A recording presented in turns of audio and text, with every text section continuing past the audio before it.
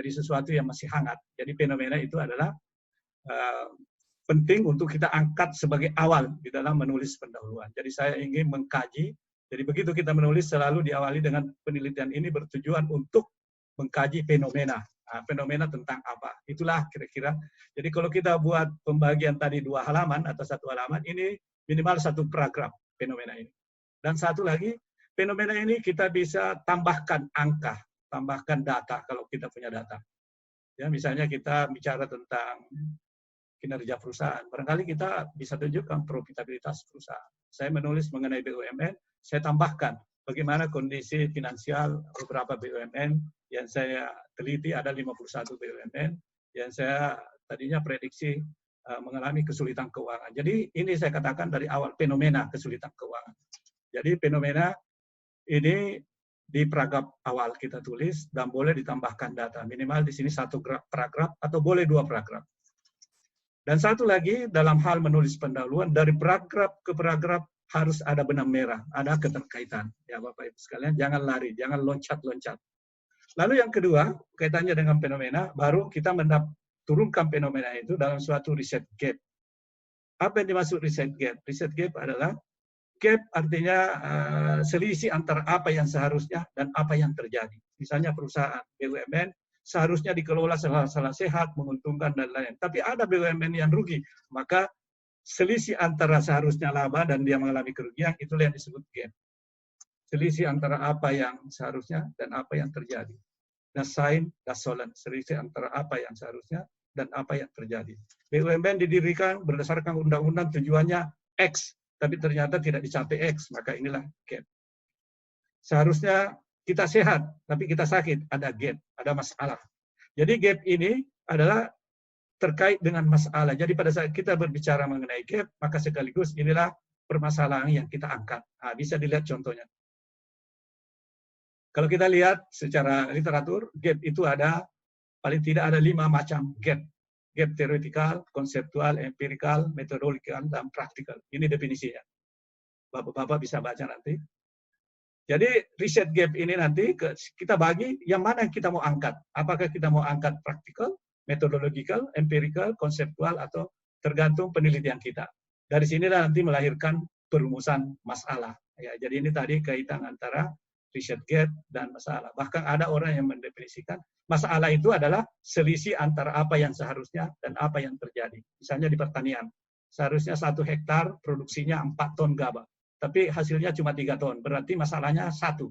Selisih antara 4 dan 3 adalah 1. Maka dicari sumbernya, dicari penyebabnya. Maka digunakan analisis statistik hubungan sebab akibat. Kenapa bisa terjadi? Hanya 3.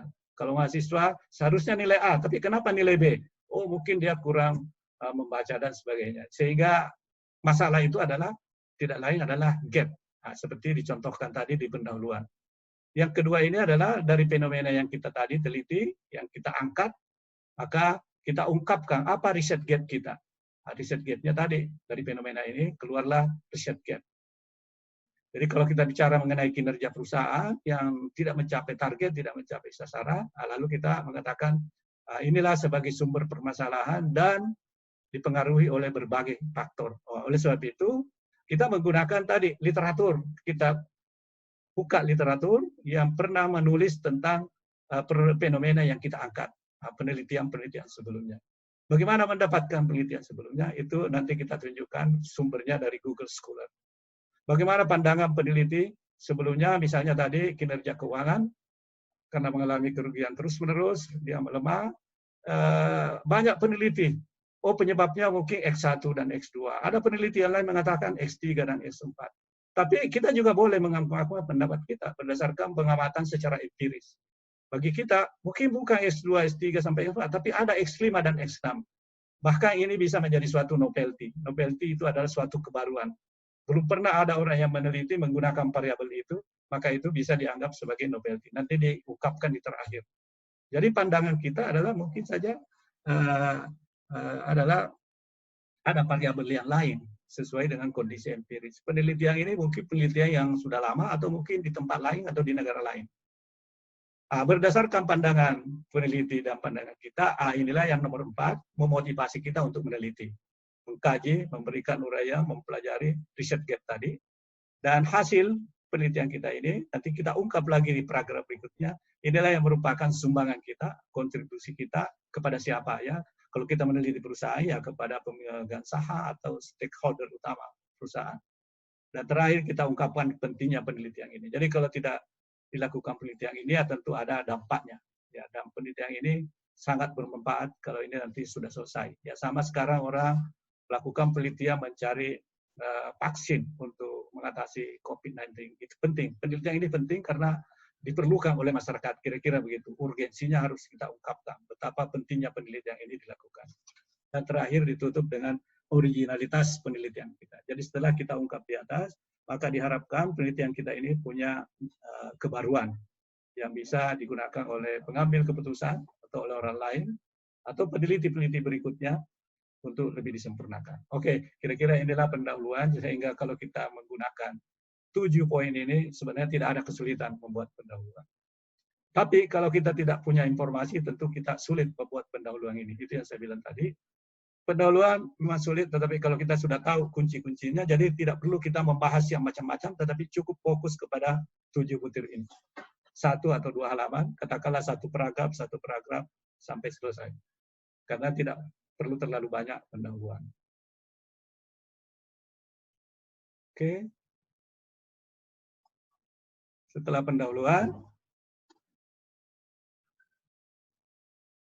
oh ya, tadi abstrak, maaf, saya kembali belum memberikan contoh. Contoh tadi, ini abstrak, ya Bapak Ibu sekalian. Di bawah abstrak itu selalu ada kata kunci atau keyword. Keyword ini biasanya 3 kata atau 3 sumber. Misalnya teori agency problem, any management, corporate governance. Ada yang mengatakan 3, ada 4, ada yang 5. Jadi di samping dia ringkas, selalu di bawah di sini adalah kata yang paling sering kita gunakan atau sumber-sumber referensi yang kita gunakan. Ya, ada keyword. Jadi selalu abstrak itu ada keyword di bawah, kata kunci. Seperti ini karena menyangkut keuangan, ada ROA, ada NIM, ada CAR, LDR dan sebagainya. Oke. Setelah pendahuluan, kita masuk di nomor 4. Literatur, kerangka konseptual, dan hipotesis. Jadi di sini ada 3 poin yang kita bahas, ditempatkan dalam satu bab atau dalam satu poin. Kenapa ditempatkan? Karena ini ada keterkaitan. Literatur, kerangka, dan hipotesis. Literatur, kerangka konseptual, dan hipotesis. Literatur ya tentu bisa teori, bisa hasil penelitian orang lain sebelumnya. Konseptual framework ini adalah arahnya kita untuk menunjukkan kemana arah penelitian kita, dan hipotesis merupakan jawaban sementara setelah kita membaca literatur.